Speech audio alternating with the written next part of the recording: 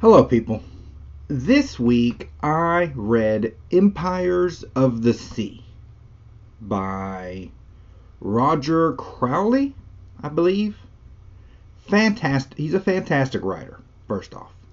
And at first you wouldn't think that's as necessary in a history book, but it kind of really is.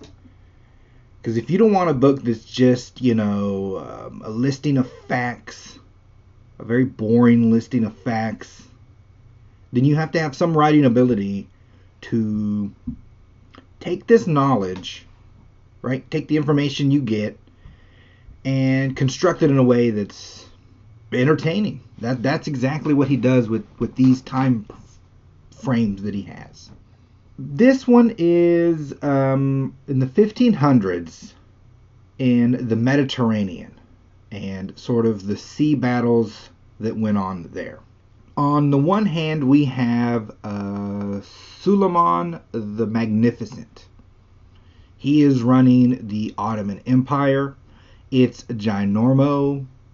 It's a problem.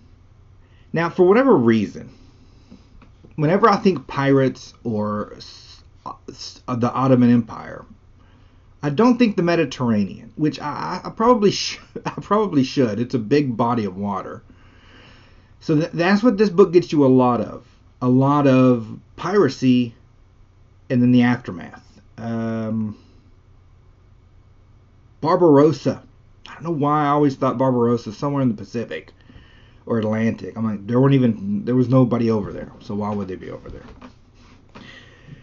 Barbarossa would pillage, literally like a Viking, up and down the I would say the northern coasts of the Mediterranean, and then be safe in the southern part, which would be the Ottoman part. And it's full on piracy. Everything that you would want is on those waters. There's honey, dried fruits, fish, slaves, plenty of slaves, all the time with the slaves. I mean, it was a massive. Remember, this is before slavery is abolished mostly throughout the world, and that's just a go-to business. And so he'll steal them from Italy and Spain, except all along the coast. He's just stealing slaves. Well, in this time, okay, so Suleiman comes to power. At around the same time, what do we have? We have the Valois. I don't know how to say this. Valois in France, the Tudors in England, Ivan the Terrible, and from the Habsburgs we have Charles II. Charles II. Let me see. He's like 1,500 titles. Charles II, King of Aragon, King of Castile, of Naples, Duke of Milan, ruler of the Burgundian region, ruler of the House of Habsburg, etc., etc. They make this kid, and at the time he's 17, 14, he's young. They make this kid the king of Spain, because that's what Habsburgs do. Bless his heart, he ugly. And literally, I think I have a picture of him. Because of the inbreeding, he had kind of a massive overbite. How do you say it? The lower one juts out. So much so that he had problems chewing, and then of course you have problems chewing, you have digestive problems, etc., etc. So, not striking the best image, but he ends up being very good at sort of organizing crap. And opposite of him will be your Suleiman the Magnificent, who is big, strapping, good-looking guy, inspires everyone, etc., etc. So when they start to run the Ottoman Empire, whoever's the next one up, they have a horrible tradition, to stop any wars, only one son can live. So if you have multiple sons, they'll have to be killed and their families will have to be killed. And so that's how he came up with all his brothers getting dead. Kind of rough.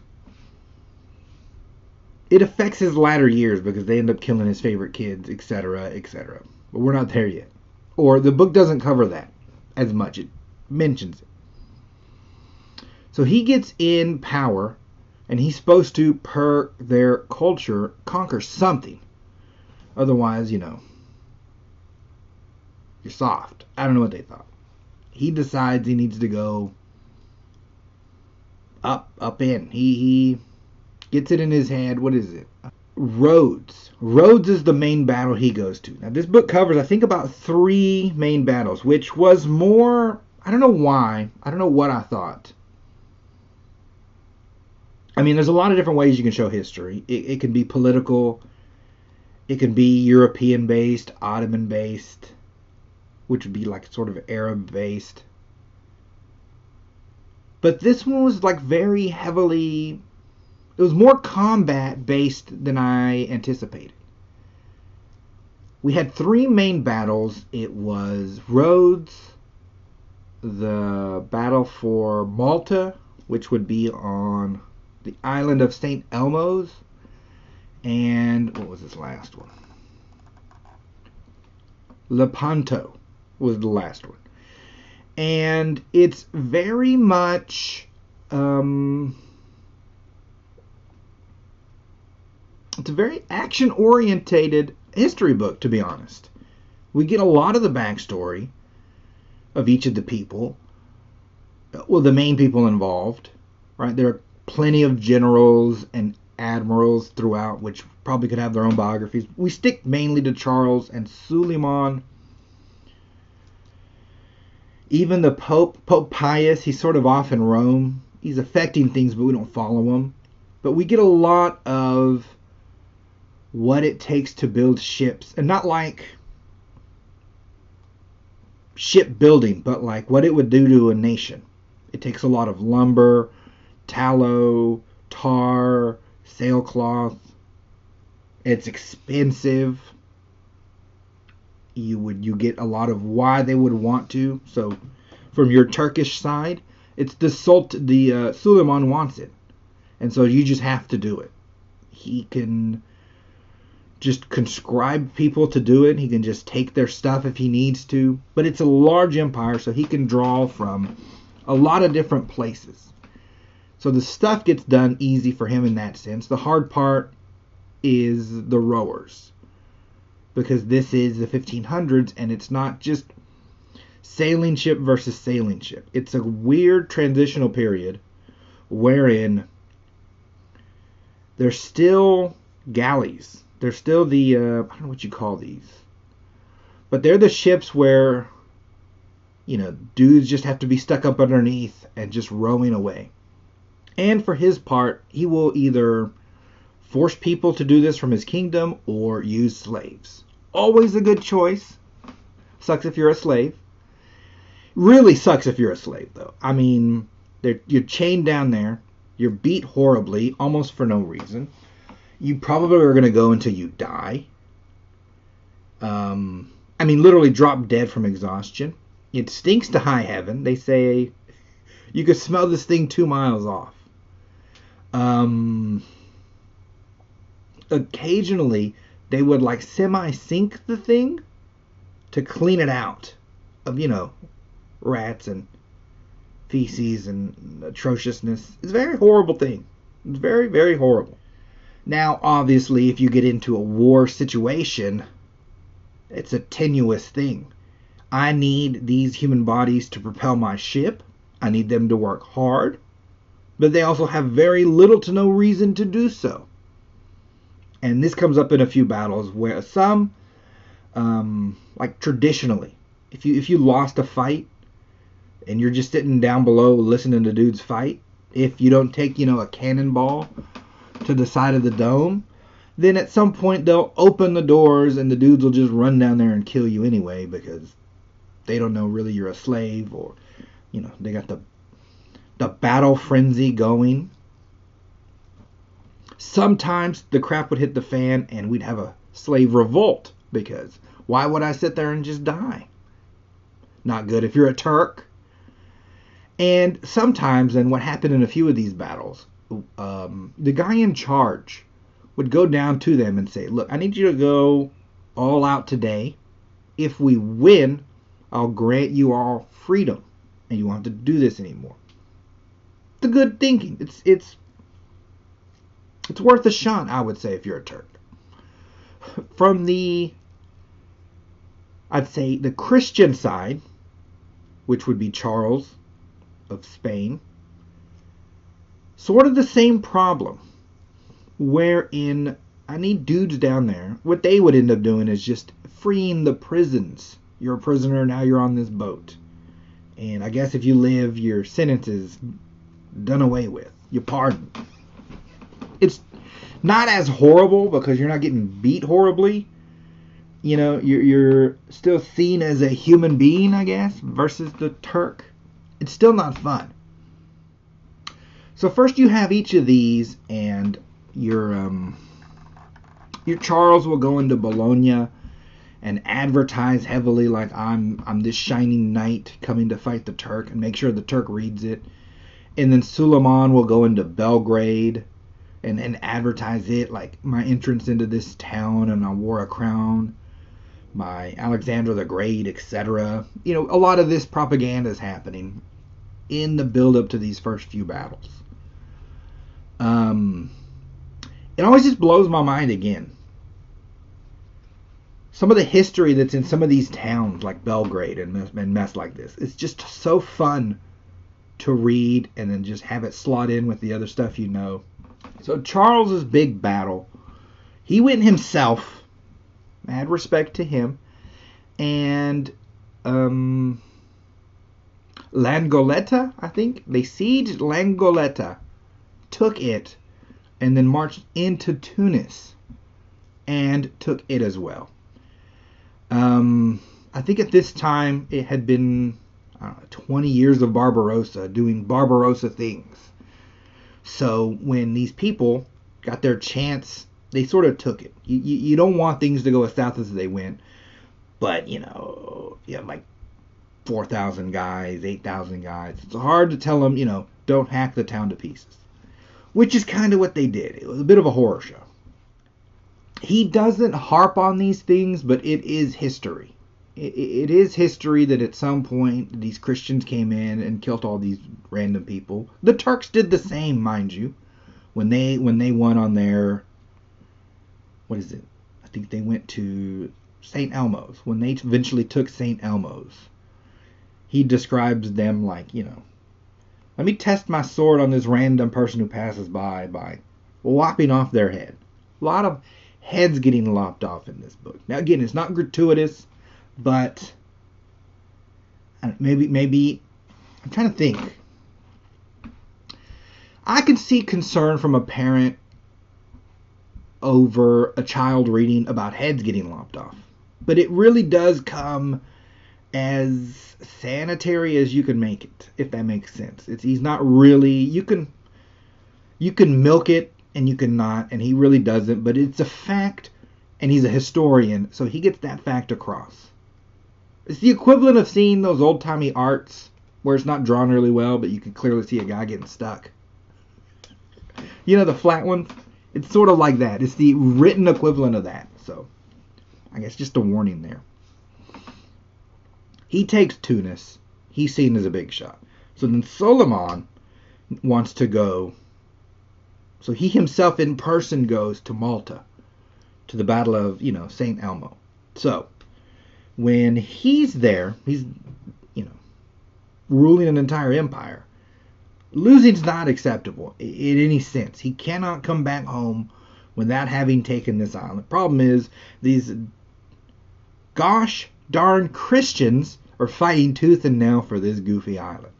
Tooth and nail. And it's a hard fight. It's an extensive part of the book. The 3 battles are fairly extensive. It's a hard fight. He ends up taking it. But then I don't think he goes on another, I'm not going to go myself again. Because we were real close to me looking embarrassed. I didn't like that. This does have an effect later on, though. Yeah, at your penultimate battle, Lepetano. These are 2 large fleets. And So the way this battle goes, you have to win it. It's very costly. I think there's another battle somewhere. I don't remember the other one, but the commander there didn't go as hard as he needed to because it was getting expensive. And I'm talking, there's a lot of lost dudes. There's a lot of, it's expensive. The time's running out. You don't want to be here in winter, etc. He leaves. And, Suleiman sees that as a loss. And we're killing this guy in the most horrible manner you can think of.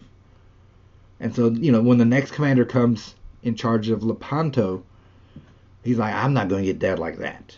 And it does have an effect at that final battle, wherein he doesn't want to back out and be cautious like he probably should have. This seems like a little moment, or maybe not so little, but it's sort of, let's say in the book it's not harped on, but it is a crucial moment. So your boy Charles invades. He got Tunis. It was freaking expensive. Just like a lot of cheddar. At around the same time, one Pizarro is strangling the last king of the Incas. This is what happened. Sorry. And he just sends back, what do they say? 1,002,000 ducats of gold back to Spain as, here's a gift for my king. And that essentially covered the entire campaign, and then he still had some after. And it was the first time, something from the New World affected the Old. And obviously in history, that starts to pick up a lot of momentum. Your new versus old world. We get a healthy dose of siege works described. Your Ottomans were very good at this, is what he says. Wherein, and I guess it's a lot easier if you have slaves that can dig all these holes for you. But what they would do is they'd find, where you want to siege up, what fort you're going to have, and you encircle it. You have to encircle for a siege, otherwise they're just getting supplies. They always have enough dudes for this. They always have more dudes than everybody. Then they will start digging trenches to get closer.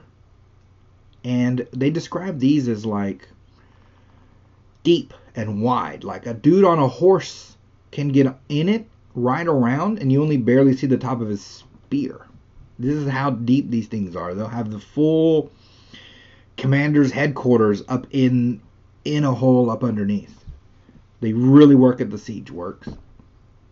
I think there was one where, might be St. Elmo's. I don't remember. 50 tunnels the defenders found and clogged up before, I guess, one of the 51st or 2nd. They didn't find and blew a hole in the wall, etc., etc. So I'm like, that's a tremendous amount of digging. But I suppose if you are a slave, it's better than getting shot. Now, this is history. He keeps track of time, but he doesn't harp on it. So you're not going to get a lot of dates thrown at you consistently. What he will do is, sort of like I did a minute ago, where we're fighting here and it's his 20 years of Barbarossa. And then, he'll keep keywords in there to keep track, so that you can keep track in your head of how much time has been going on. It's a good chunk of time, but it's not a massive span. And there aren't a lot of dates. But why get bogged down in dates? I don't like to. You will, I say typically. Typically, I feel like I remember people and places better than just a random date. The numbers are very much different than words in that sense for me. And so the fact that Suleiman, had a glorious entrance into Belgrade will stick way more for me than you telling me the exact date of anything ever. I mean, that's just how I remember things. And I bet it's about 50-50. Math people would remember numbers. Non-math people probably wouldn't. What the Christians had been trying for a while is a Christian League. That is where I get all the kings of Europe that can send me armies. I can, finally beat the Turk and regain Constantinople or whatever. But they wanted a unified Christian front. And for a while, we have the Venetians, we have Charles, we have a few big money guys. But the Venetians are more, I'm really just interested in trade and I don't really care who's in charge. But as the years go on, they start to trust the Ottomans less. And so eventually they buy in. And so we get what is a large, varied fleet. That is, ships from a lot of different places coming together at around the same time. Versus the Ottomans, which is a fully constructed fleet built for purpose. And there's good and bad to this. Because in this final clash of armadas, the Ottomans have a lot of the old world. That's what they've been using. A lot of their rowboats. They're huge. They have cannons. They have palanquins. I think that's what they call them. That's not the word. I didn't write it down. It's something with a P. Not paraben. God, I can't think of this word. In any case, they are sort of your early predecessor to a gun. They're on the ship. They're like big mini cannons, essentially. But, an individual soldier can shoot them. So, you got a lot of dudes shooting a lot of these guns. You have cannons. You have bows and arrows and swords and people rowing boats. But on the Christian side, you also have now new ideas. Our Don Juan is, chopping the boats apart. And, they had these ornamental parts in the front. So he took them off to add more balance to the boat. So we're thinking now less in terms of this thing as a ornate structure and more of a fighting vessel. It's sort of a... You learn from military battles. You start to not care about frills and be more concerned with results. They end up adding on some merchant ships essentially baby forts on top to have defendable positions. And these sort of merchant galleys held their own against these Ottoman ships. You put them right in the center. They weren't able to get taken down easy. And if they were, it was a 2 to 3 to 1 situation. And on one side, there is your Turkish commander, who has recent stories of, dudes dying horribly, nose chopped off, this kind of horror show of a situation for failure. So he is not going to go home. He's like, you know what? I'm just going to go, which is rare in naval battles. Navy guy doesn't like big, open fights. He likes a lot of testing the ground, and he likes a good backstab. If I can get in without you seeing me, do massive damage, because I have, every superior advantage, and then get out, I'm very, very happy. Navy guy likes that. So the Turk's going to show up. I have all these ships, 100,000 dudes, whatever the number is. I'm going to fight. Your Don Juan, who, through a course of events, ends up running this fleet. And I say course of events because the Pope wanted one guy, the Venetians hated that guy, Charles wanted somebody else. I think this is Charles's brother or cousin or something to this. So he's a royal. It worked out to be him. And he, in particular, was kind of a go-getter. He had confidence in the cause, which is kind of stupid sometimes. Probably this time, but it worked out in his favor. So we have two people willing to fight in a massive naval fight, which again rarely happens, and they go at it. And this fight is as brutal as any fight I've ever heard of on land. I mean, it's just ships clashing, sinking, dudes getting shot. One guy got shot in the face. One guy got shot in the groin and died. One guy couldn't see anything, or what is it? No one could hear him. So he like lifted the thing on his helmet and immediately took an arrow to the eye. This kind of energy. And it was just, neither side is going to quit. There are stories of, like, they ran out of all gunpowder and arrows, and so they're just still looking at each other. So I think the Turks just started chucking oranges at the Christians, and the Christians just like started chucking them back. This is how ridiculous this fight was getting. Everyone, everywhere fighting. We had described like Don Juan gets onto the main flagship of the enemy, and it's just awash with turbans, with the heads still in them. And I'm like, Jesus. I forget the name of the commander, but that guy gets killed, his head chopped off and presented to Don Juan, who is apparently, clearly disgusted and says, throw that thing overboard. He doesn't like that his main enemy is treated this way. He would have rather have captured him and treated him gentlemanly, to be honest. That's how they like to roll. But this is how this one went. And it was essentially an even fight. Both sides lost a tremendous amount of people. Hundreds of ships. The main thing that turned the tide was these big merchant galleys. And so it was a horrible, horrible defeat for your Turks. But unlike some other naval battles in history, this one, which is one both odd and more interesting. This was the last of the great big, Mediterranean sea battles. Probably the greatest.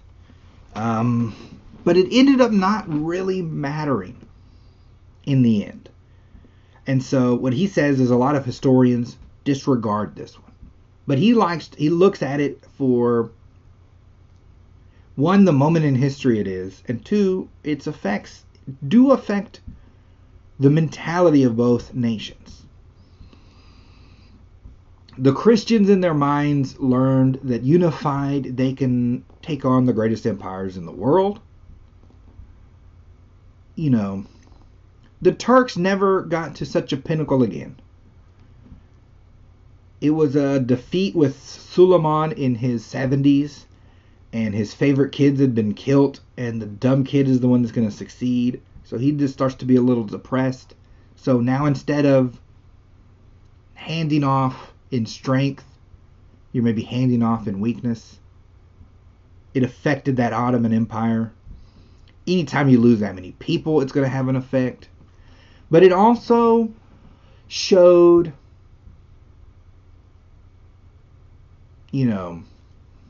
the world shifting. So there was a time in there where Suleiman wanted a canal, the Suez Canal, to connect his empire down towards India. He didn't do that. He didn't end up getting this done because of some of these wars.